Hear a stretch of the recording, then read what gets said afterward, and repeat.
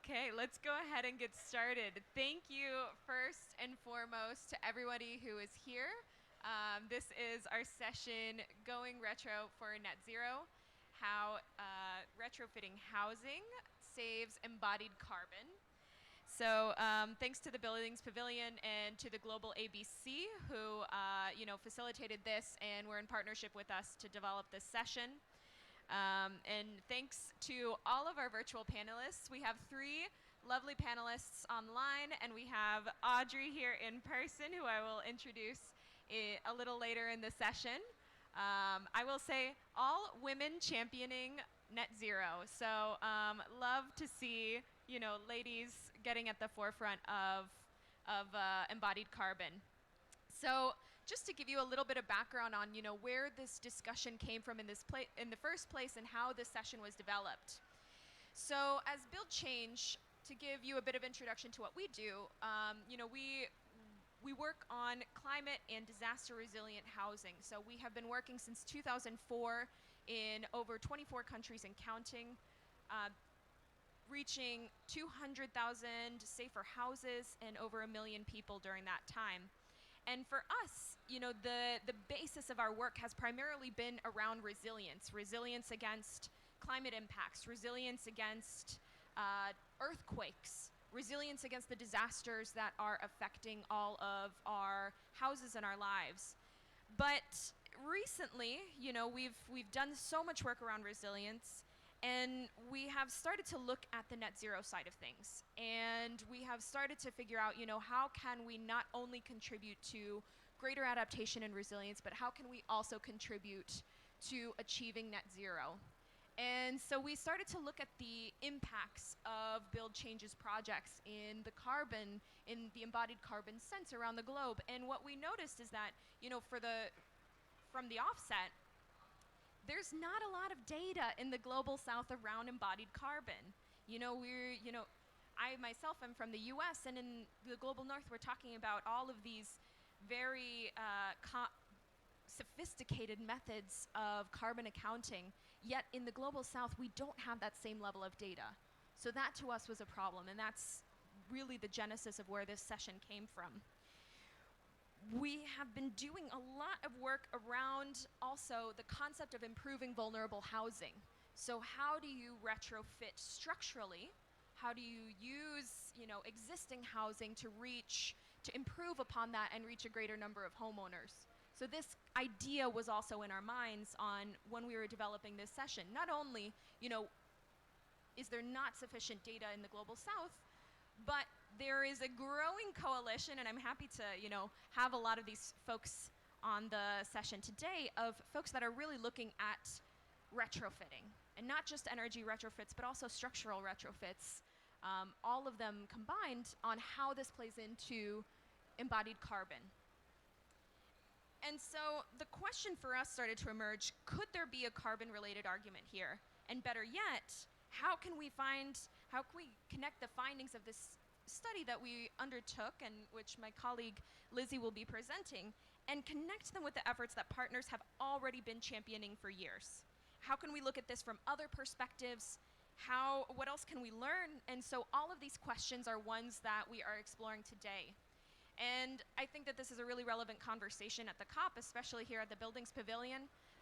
Even those of you online can't see, but I'm looking at the back wall of this Buildings Pavilion, and there's a big question: how do we reduce embodied and operational carbon? And I think it puts it well.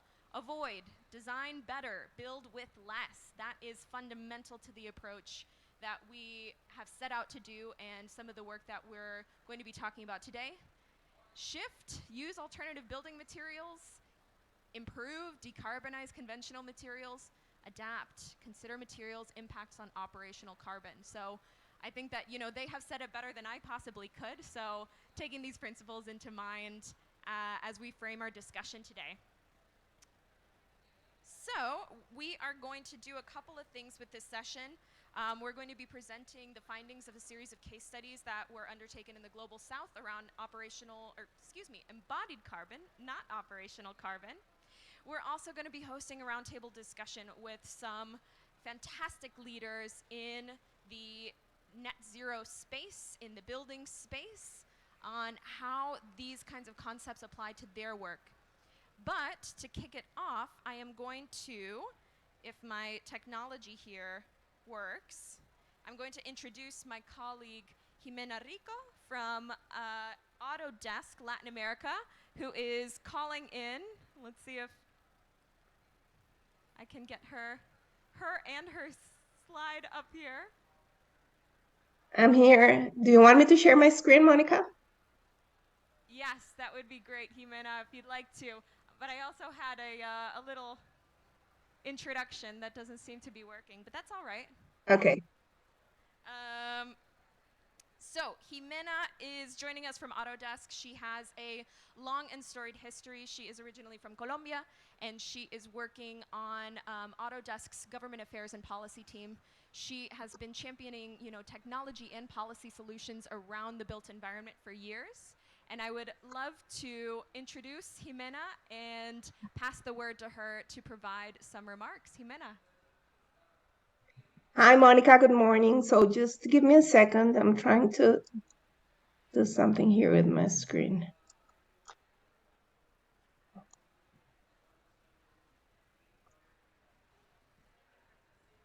Maybe you want to switch it. I think we can see if you want to switch it to presentation mode, Jimena.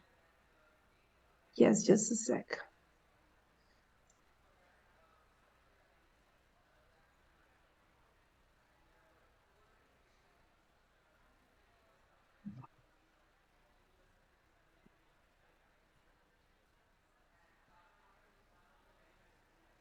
There you go. Aha, voila.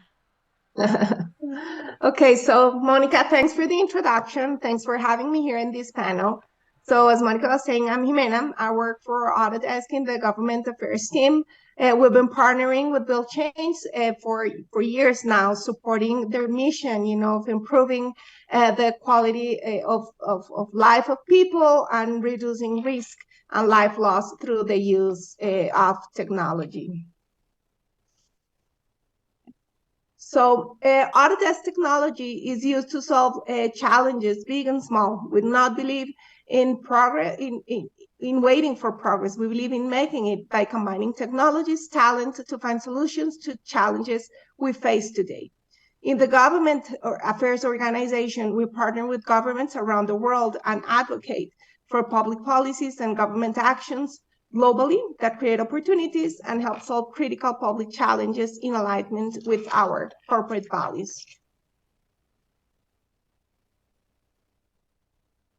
So the population growth is definitely one major challenge. The estimation is that by 2050, there will be around 10 billion people. Those people will need a place to live, will need transport, will need to eat, will need to dress, to consume goods. And we cannot continue doing the things the same way we're doing right now, because we will face scarcity of natural resources soon. So out of those many challenges, today in this panel, we will be focusing on housing, as Monica was saying, and I specifically will be focusing on government's role and on the existing policies to support the growing housing requirement. So let's get into that matter. Today, 56% of the world's population, 4.4 billion inhabitants, live in cities. This trend is expected to continue, with the urban population more than doubling its current size by the 2050s.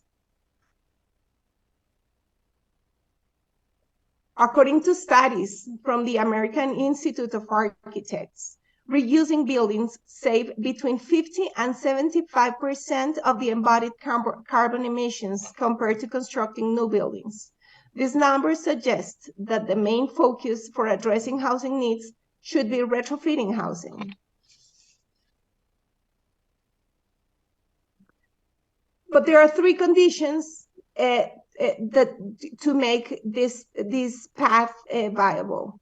The first one is that foundations and structure need to be solid and safe in order to be preserved, since most of the embodied carbon resides there. The work that Build Change does in this matter is vital for the process. With the work, hundreds of houses, structures, and foundations are reinforced to become safer for its inhabitants. The second one is that the necessary infrastructure must exist to serve the population. When construction of new infrastructure is required to serve existing housing settlements, it must be planned and executed following sustainability guidelines in terms of materials, construction processes, and its future cost of operation and maintenance. That is one that not necessarily is looked by everyone. Technology, and the third one is that technology must be used to guarantee an important decision-making process. New research conducted by Accenture has found that deploying digital technologies in sectors such as construction could reduce emissions by as much as 20% by 2050. Within the main areas of impact of technology applied to construction, there is energy efficiency, water consumption, and materials waste reduction. But our reality doesn't allow this retrofit to happen as much as we would want it to. Around 27% of urban population in Latin America lives in poverty, 11% lives in extreme poverty. These slum areas where this 11% of population lives do not have minimum safety and habitability standards in the home or its surroundings. They lack provisions of public services. They face precarious conditions of networks and infrastructure. They are usually located in peripheral places, far from access to consumer goods, services, and labor market, and they face poor quality of urban mobility and public transport. As we embrace innovative construction technologies to face the global housing shortage, let us not forget that housing is more than bricks and mortar. No, it defines our society. It defines the quality of life of people. It also requires innovation, public policies, financing, urban planning, and beyond.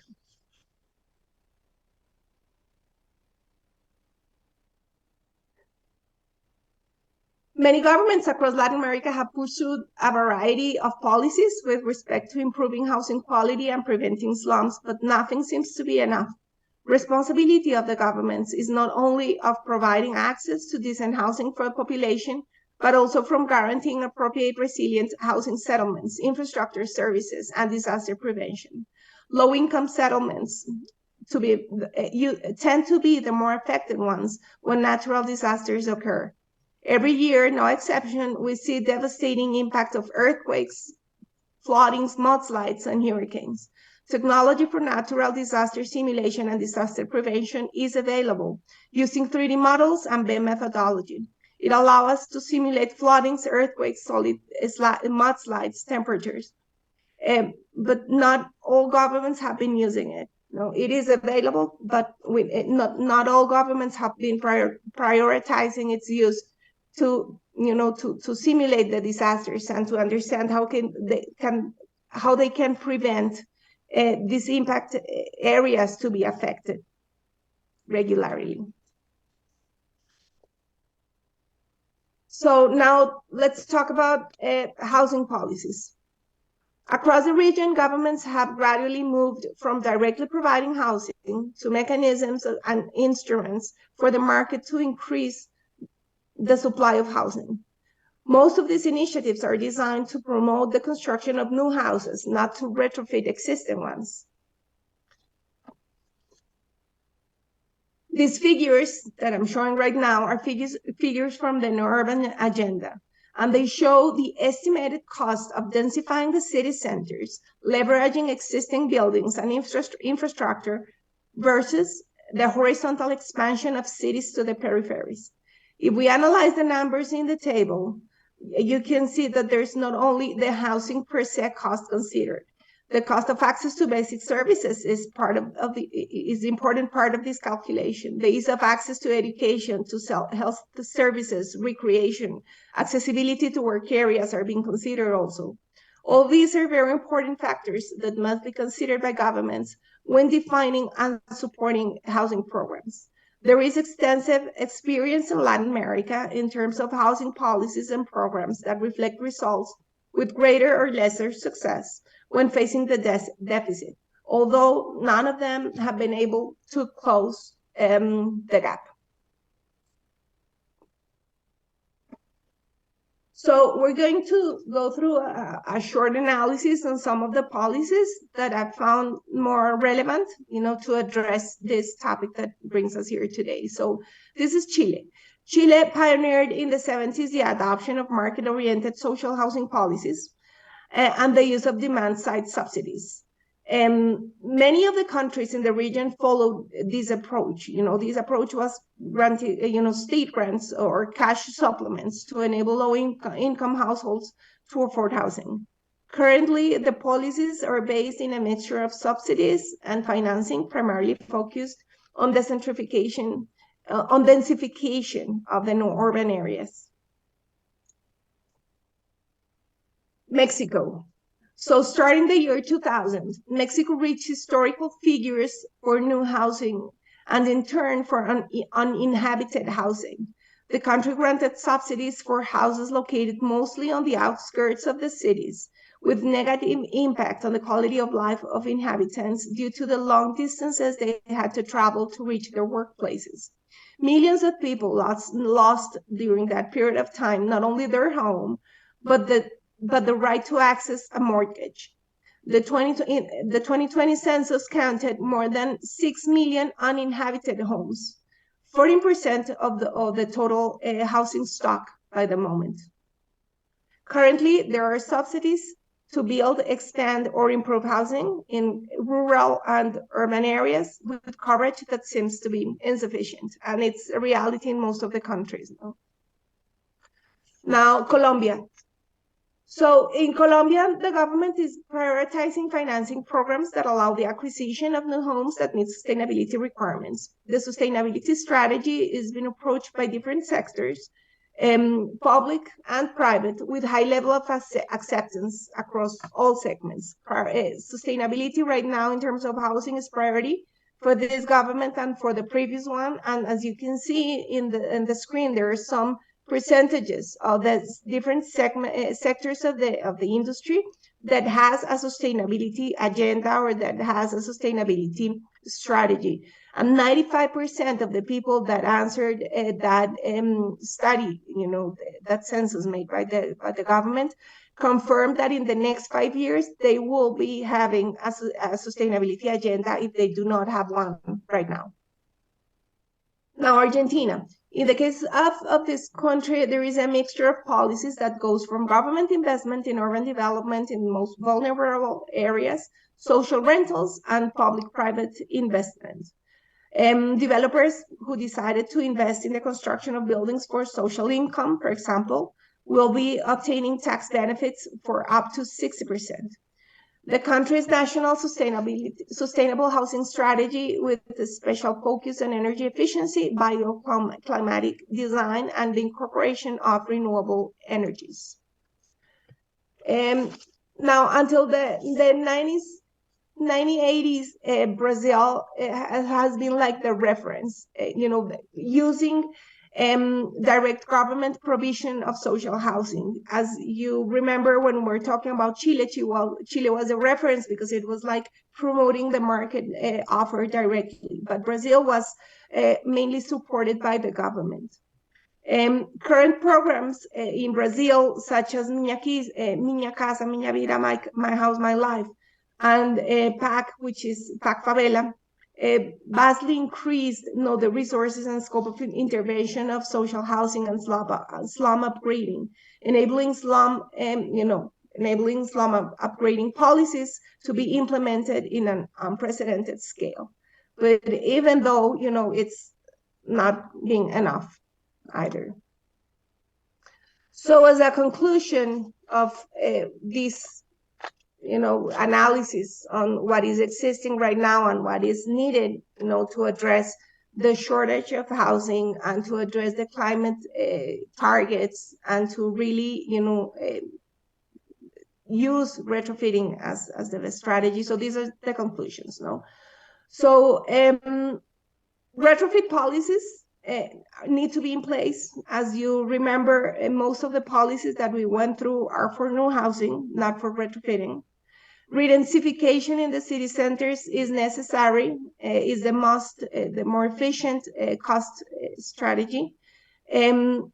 Infrastructure services for housing settlements are important as the house itself. You need to provide people with a house, but with a supporting infrastructure. And the use of technology is vital to achieve these efficiencies and sustainability objectives, as well as to prevent disasters.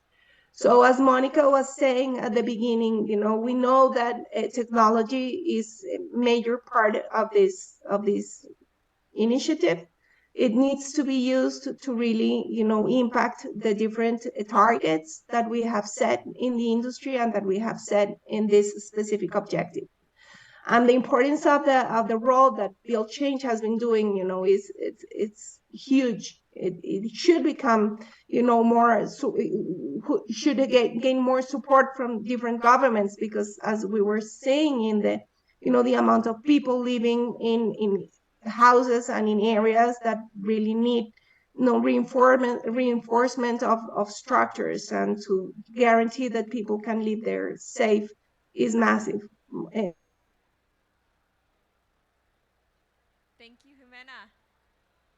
Thank you so much. I think that was a beautiful kind of tour of Latin America, and it brings some of the questions that we're addressing today to not only should the be national. target for that kind of strategy. I think we lost her.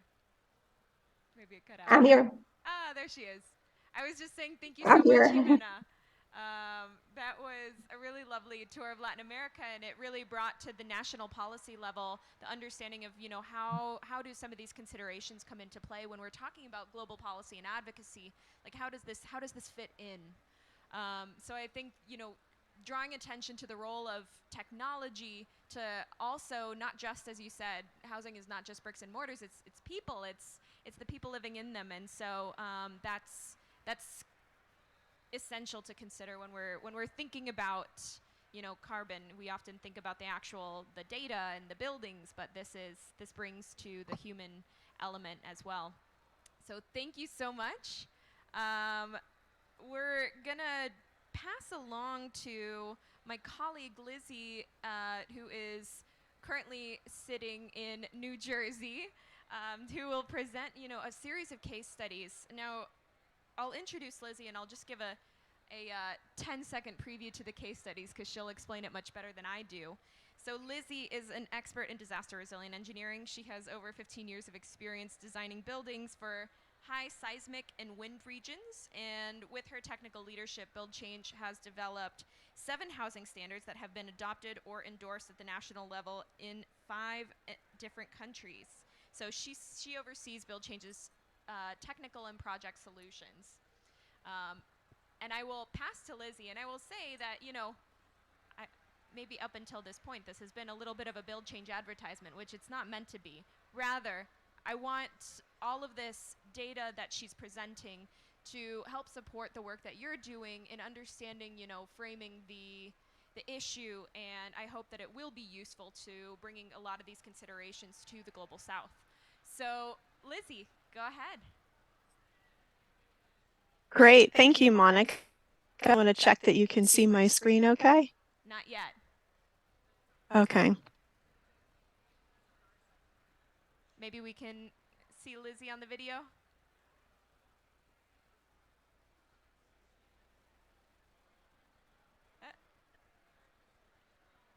I'll let you know when you get there, Lizzie. Okay, let me try again. My Zoom's acting up here.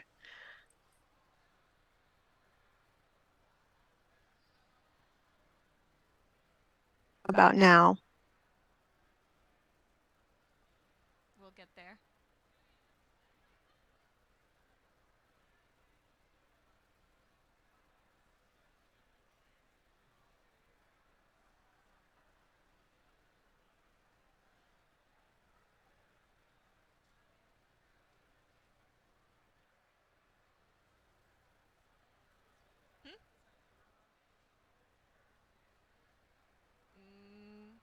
Almost.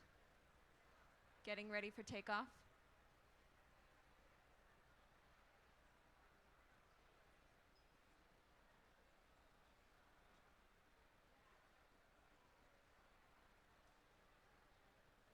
Now we can see you, Lizzie. Okay, that's a good Not start. yet your screen.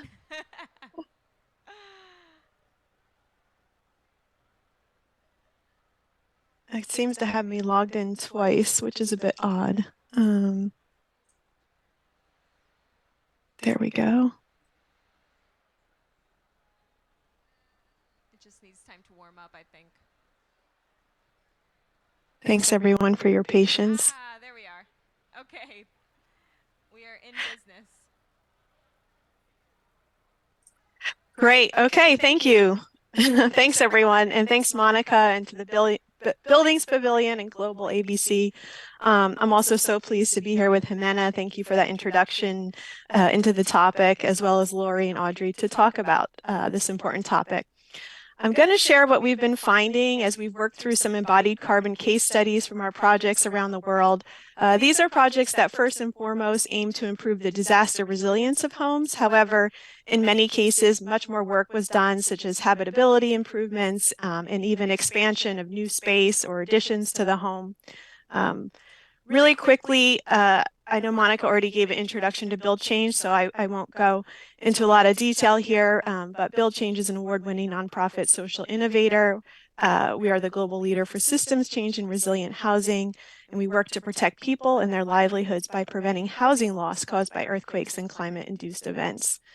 We work both before and after disasters, and we are working to transform the systems for regulating, financing, building, and improving housing around the world. When we step back, we could see two seemingly conflicting global challenges.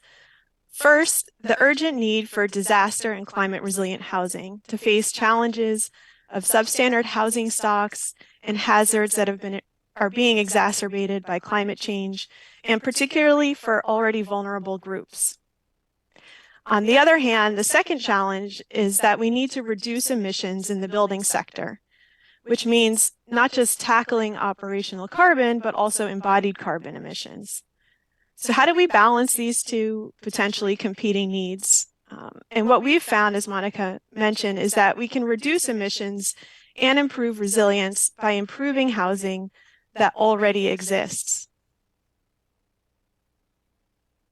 We have historically focused on addressing the first challenge of increasing the supply and demand for resilient housing and addressing the need for climate adaptation. Many of the communities that we work with are already experiencing the effects of climate change. The example here is from our climate resilient housing program in Honduras, where we're retrofitting housing in the Sula Valley to better resist hurricanes and earthquakes, and also to be able to make a second story that gives people somewhere to go the next time the floodwaters rise. Lizzie, I'm going to just jump in here because I don't think we can see the changing slides on your screen, and I think we've moved on to a different one. Yeah, okay, sorry, let me... No. I don't know, my Zoom is not quite working. Let me pause the share, and then... I know you have a lot of rich content there, so I want to make sure that we see it. Yeah, sorry about that. I don't know why Zoom is acting up here.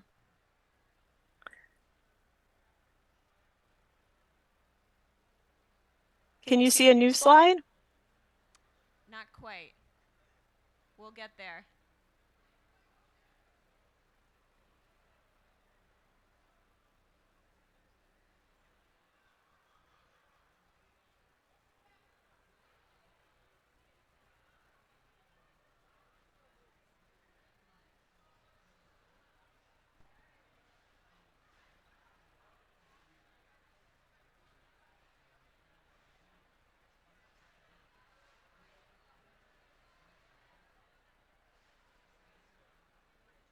Yeah. I don't know that we'll be able to see your slides, Lizzie, so please feel free to give us the key takeaways regardless. Okay, great. Yeah, sorry about that. So I'll just keep going then. Now we have it. Okay. So this way of improving housing that already exists is something that we do in different ways around the world. And as Monica mentioned, it got us thinking that actually in most cases, the alternative to what we're doing would be demolition, relocation, and construction of new housing. So by using the existing housing as a starting point and following the general use less stuff principle, our work is really climate mitigation as well as adaptation. And so by reusing and extending the life of housing that already exists, we are addressing both the need for resilient housing and the need for emissions reduction. So to investigate this further, did you see this slide change or no? Unfortunately, no. No. Okay. Well, I'll just keep going, and maybe it will catch up here. But we launched an in-depth study this past year into our programs around the world. And what we first found is that there's very little data and information in international literature about the environmental impacts of improving existing housing, or also on the environmental impact of construction in many of the countries outside of Europe and North America where we work. So we hope that by sharing this work, we can begin to fill the gap and encourage more people to see the range of benefits of improving existing housing. The analysis is still ongoing, but we're excited to share a preview of the results with you today and the full study within the next few months. For a number of reasons, the study has focused on comparing the emissions associated with housing strengthening and improvement against the equivalent new construction. So the overarching result of what we've found is that by improving existing housing, we can save a huge amount of emissions. Actually, overall, of the improved houses in the study so far, the savings per house has been more than 18 metric tons on average, which is already approximately 3,335 metric tons of carbon dioxide just from the houses sampled in the study, which is approximately equal to 500 people flying economy class round trip from New York to you there at COP27.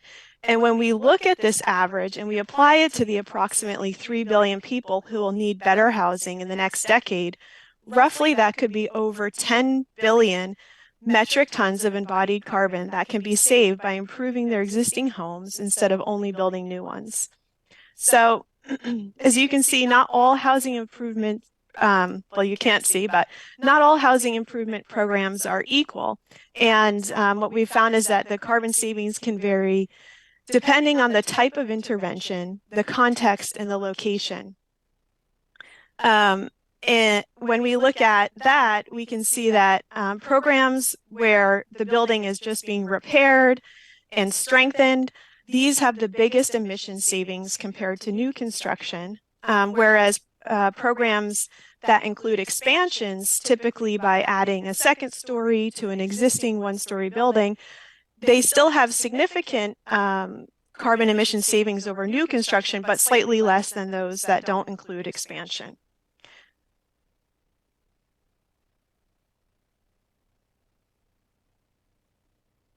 And what we found is that using the case study of some of our programs in Haiti, which is a post-earthquake reconstruction context, the average embodied carbon savings compared to equivalent new construction is around 60% actually when the home is strengthened and repaired, compared to when the home is also expanded, it is then around 40% still savings. So we compared to new construction. So like I said, when we have the repair and the retrofit and the strengthening only case, we have around 60% savings. And even when that house is expanded to a new story, providing new living space, we still find that that's around 40% savings.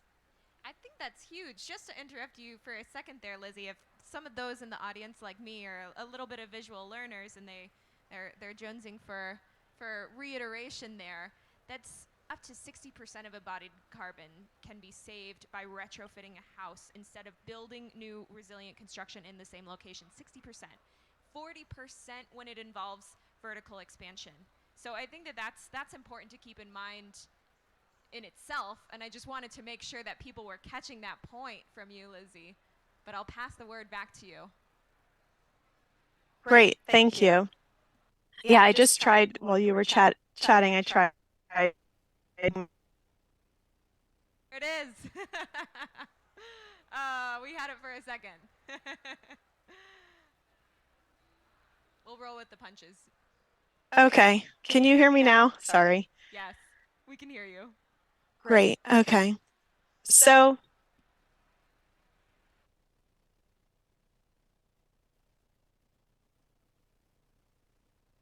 we also looked at the earthquake prevention, like the work that we're doing in Colombia, where we're working with large-scale home improvement programs aimed at reducing damages and losses in future earthquakes.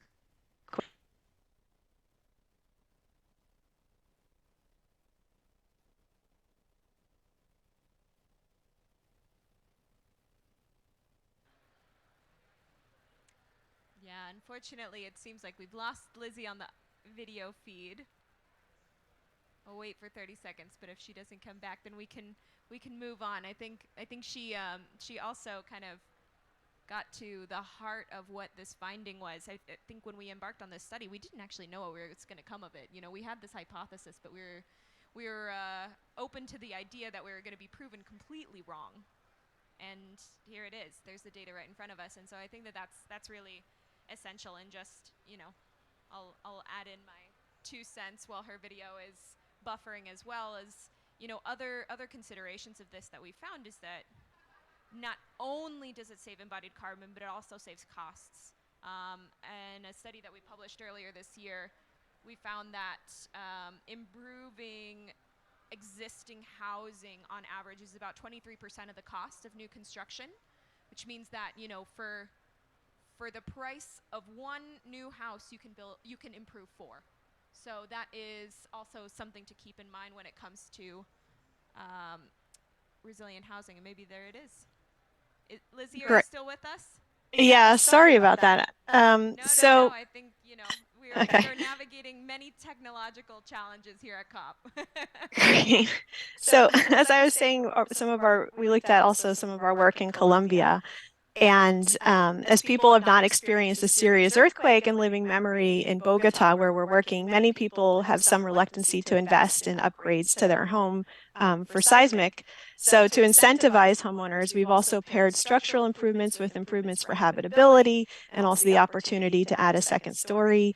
And these incentives are critical to the success of the program, but yet they only add, in the case of habitability improvements, just 7% of the total emissions for the work. And there in green, you can see that the added emissions for the vertical expansion are significant, but you're also adding a significant amount of new space to the building. And we also looked at St. Martin, where we looked at the impact of design performance levels in post-hurricane reconstruction. And when you design home strengthening improvements, you can design them for different levels of resilience. And what we found in that case is that if you look at a risk reduction approach where you're focusing on critical deficiencies, but yet maybe not a full upgrade of the building, you have 80%, over 80% embodied carbon savings, whereas if you're focusing on a life safety upgrade, where that's about the equivalent level of resilience to future hurricanes as new construction, you have over a 65% savings in embodied carbon as new construction. And so we're continuing to build our analysis to incorporate additional case studies, and we look forward to sharing the full study and findings, as I mentioned, in the next few months.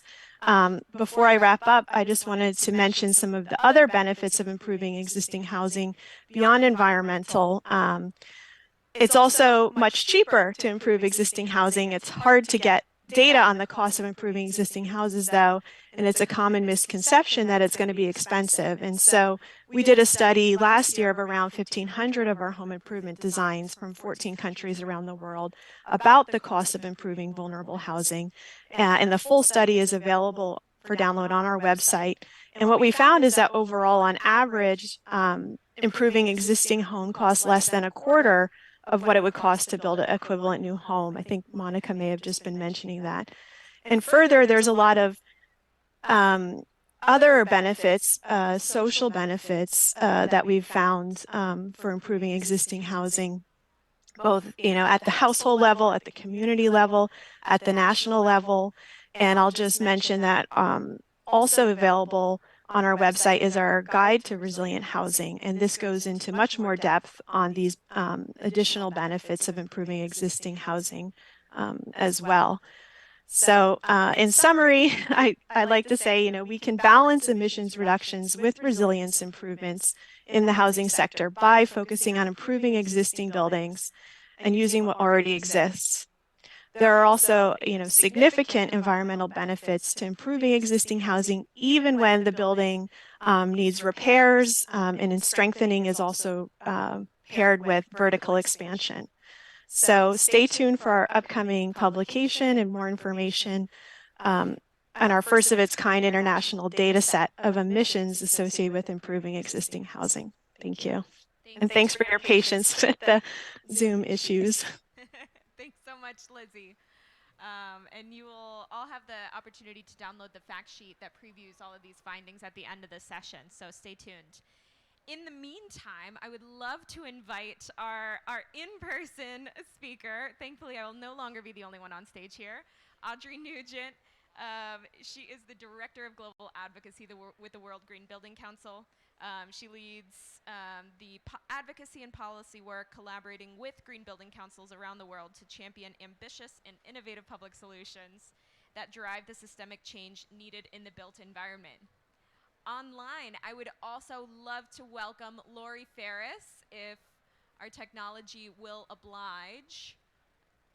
Lori, as she's coming on the screen, I'll introduce her. She is a principal and director of sustainability and climate action at the Boston-based design firm Goody Clancy.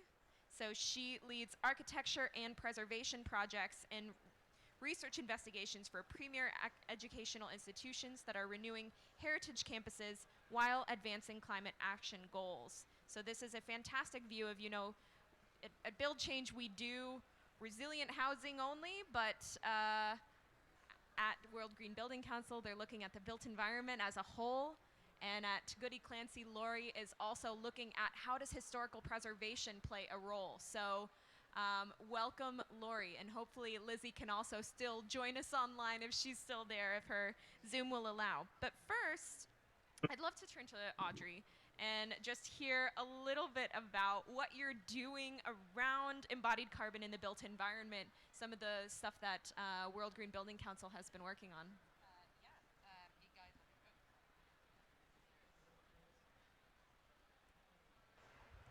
I was going to be proud that I had no technical challenges because I had no slides, but I don't know how to turn on a mic. So unfortunately, I have failed. But yeah, we at the World Green Building Council, we are big fans of addressing embodied carbon.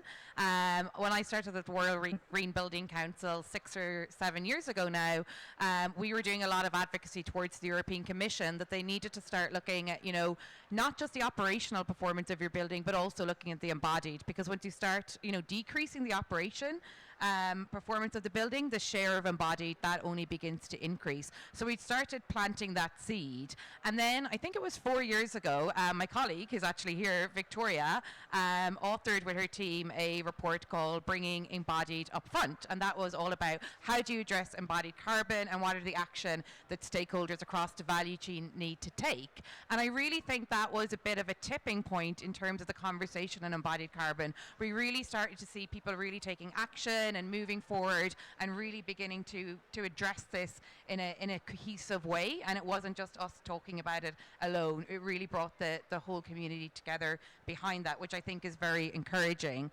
And then since then, I think that's really, that was kind of a starting point for us. And now we're kind of going into the details a little bit. So our advocacy in Europe has been fairly successful. I don't want to jinx it, but the European Commission have put something forward in the Energy Performance of Buildings Directive update that will start potentially to require reporting on whole life carbon. And also our GBCs are developing, I think we're about to develop our 10th whole life carbon roadmap in Europe, which sets out a trajectory for how European countries can deliver on whole life carbon. And we've also done a policy roadmap for the European Commission to figure out how we can address whole life carbon. So we are very committed to making embodied carbon and whole life carbon a reality, and creating the tools and the frameworks to deliver that at the national level as well. Fantastic. Thank you, Audrey. What about you, Lori? Can you tell us a little bit about the work that you're doing around historical preservation, which I think is just as critical of a role, and it intersects really nicely with the built environment as a whole? Yes, thanks, Monica. So my work around embodied carbon has really been on life cycle assessment approaches for existing buildings and for preservation. And as we've heard so far today, while the sort of the whole industry is coming along on embodied carbon, there's still this gap around methodologies and data needed to quantify embodied carbon of renovations, and especially to quantify the avoided emissions of reusing buildings compared to replacing them. This is true at the material level, at the whole building level, and then at the sort of policy benchmarking level. So one thing that I've been working on to help address this gap with Architecture 2030 has been to develop a new tool called the CARE tool, which is meant to, at a very high level, estimate the total carbon implications of reusing and upgrading existing buildings compared to replacing them with new construction. And so in order to create this tool, we've had to do a lot of work on back-end data to drill down into embodied carbon, not just of new building materials and assemblies, but also of preservation and retrofit approaches. So for example, what's the embodied carbon of air sealing your windows or of repointing a masonry facade? And while this data is still quite nascent, it's good enough to be directional. So our hope is that this tool is really going to enable decision makers to get a high level understanding of both the embodied carbon and the operational carbon outcomes of reuse strategies, and that this can sort of empower us as professionals, as planners, as owners, as heritage officers, to really start to incorporate embodied carbon into decision making to maximize carbon reductions as we reuse our buildings. Thanks, Lori. And I'll just give an extra plug-in. We at Build Change are both fans of the CARE tool and also World GBC's Embodied Carbon Report. So if you haven't already read them or looked at them, check them out, definitely. They are incredibly useful resources in this space. I wanted to I'll stay with you, Lori, and I'd love to hear a little bit around, some of the biggest challenges that you faced in accelerating embodied carbon advancements. Could you tell us a little bit about that? Sure. Yeah, I think there are two big challenges I'll speak to. One is about perception and one is about literacy and data. And I think that when it comes to many stakeholders, from design consultants to building owners and policymakers, there's sort of this perception that embodied carbon is really complicated and mysterious, and then it's hard to address. Or that it's kind of not our problem because most of the embodied carbon has already been emitted into the atmosphere by the time a material comes into our hands. Operational emissions we can understand because we all pay energy bills. We see where energy is being used, it's more tangible. While embodied carbon is really hidden in the supply chain. So I think, this is one of the big challenges. And then on top of that, not quite understanding embodied carbon or building literacy around that, there's also then that literacy around avoided emissions and this concept that by reusing something rather than replacing it, you're not just reducing emissions, you're avoiding new emissions. So building literacy around both of these concepts has been, I think, a challenge. And then to follow that, providing the data to back it up. Even if we understand these concepts, it can be hard to demonstrate them quantitatively using the same language and metrics that we use to talk about climate. And you already referenced this, that in the developed global north in the United States where I work, we think it's hard because our supply chains are really complex and we have to rely on manufacturers to understand their supply chains, to be transparent about them, and then to invest money into reducing their impacts. We're starting to see more progress on this through the requirement and development of environmental product declarations, or EPDs. But that's still, I think data is still catching up. And then what we've heard is that the real challenge around data is for all of those other materials, traditional building materials, local building materials, that are used in construction in most of the world, and especially on residential buildings. Those materials are really important because they are often more inherently resilient and sustainable, but it is, again, a challenge to provide the data to bring that back into the same metrics that we're used to using. Yeah, that's very helpful to think about, Lori, and I think that the thought that comes to mind for me is, how do we prove the counterfactual? How do we prove what kind of, the materials that we didn't use. So I think that that's an important point to keep in mind. And, we really need to think about how we're measuring, how we're framing the issue in the first place so that we are thinking about this from an avoidance, from a prevention standpoint. Lizzie, while you're online, I'd ask you the same questions. What are some of the biggest challenges that we faced in undertaking this study in the first place? I know that we're still relatively new in this mitigation game, but there's still an uphill climb regardless of where you are in the space. Yeah, I mean, Lori said it really well, and I think we came across some of those same challenges. So having those environmental product declarations and those EPDs and information in data about the materials in the areas where we're working. A lot of the international databases are based on, materials that are sourced and used in North America and Europe. And so how do we take that information and extend it, to different places where we're working that are outside of those locations? I think that's been a challenge, and we've moved forward in the best ways that we can. Also, sort of reiterating again, the other point that Lori made is, there's just a challenge with kind of general accessibility and availability of information. There's a need for increased awareness, I think, around the environmental impact of planning and building decisions for all levels of decision makers, from homeowners, to city governments, to national governments, those folks that are making decisions about where and what and how to build. How can we increase awareness there about the impacts of these decisions on the environment? And there has been encouraging progress, I would say, within the industry. For example, in material production, using it's becoming more common to use partial cement substitutes, or there's been efficiency gains in cement production. And there's also been a lot of progress with design service providers with initiatives like the SE 2050.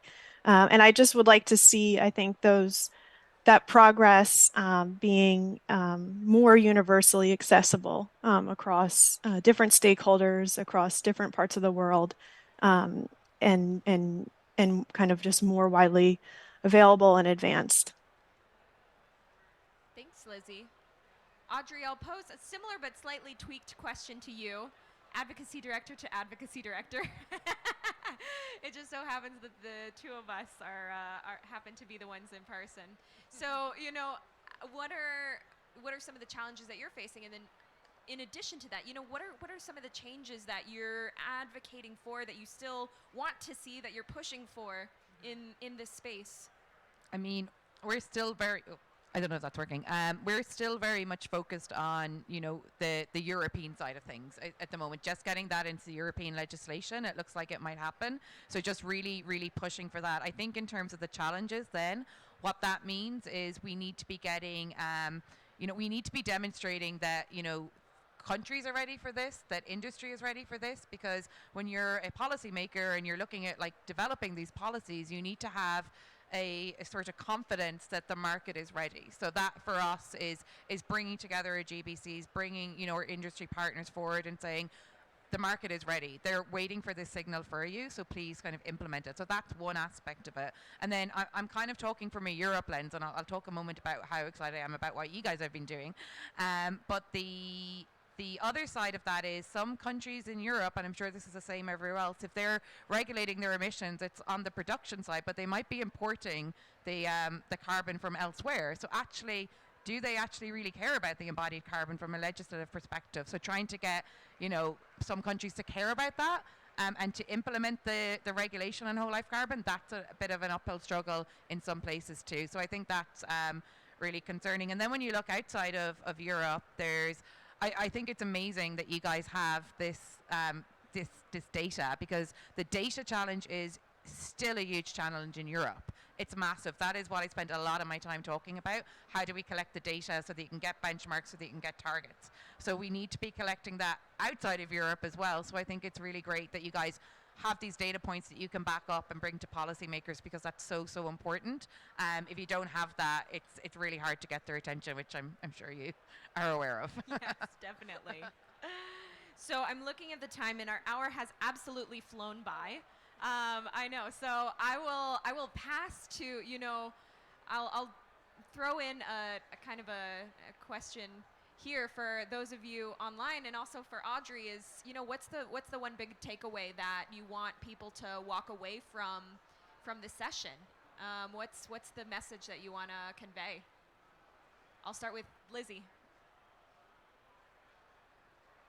Great, thank you. I mean, I think that the key takeaway here is that, you know, we have an urgent need to do housing adaptation to save lives, and we can do this at the same time as reducing our carbon emissions by reusing and repurposing and improving what already exists.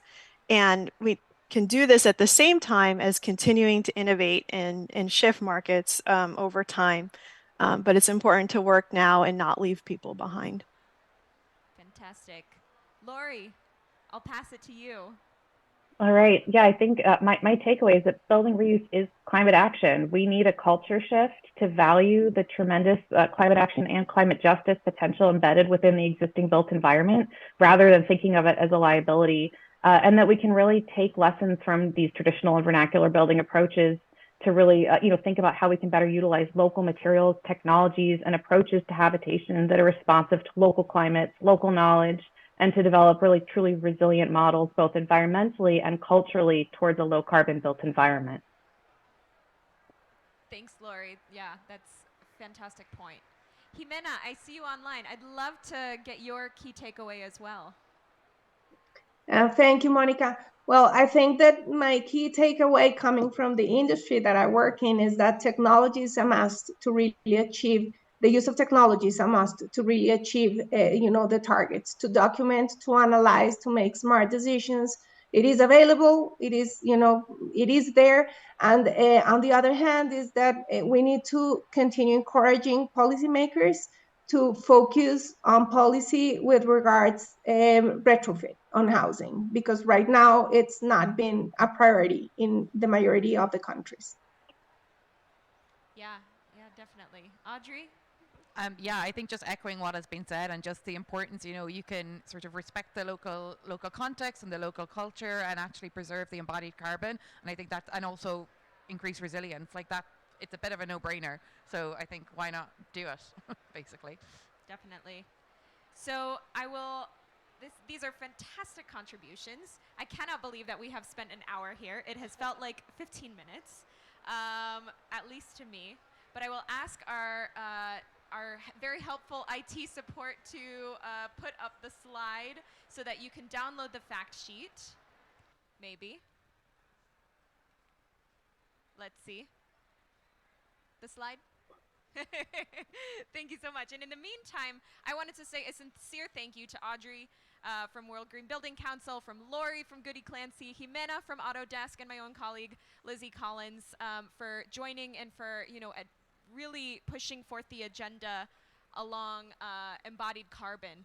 So if you have any questions, please feel free to find me after. I can connect you with the right person to ask them. I know we have a lot of virtual speakers, and that doesn't always make it easy to follow up on conversations, but I'd be happy to connect you. And thank you so very much for joining this session. If I can get this thing to work, Laura. If we can go to the last slide, there you go. So if you want to read more about the study itself, please feel free to use this QR code. Maybe, there you go. And learn a little bit more, and stay tuned as we'll be launching the full study in the new year. Thank you so much for attending. Thank you. Thank you. Thank you. Bye.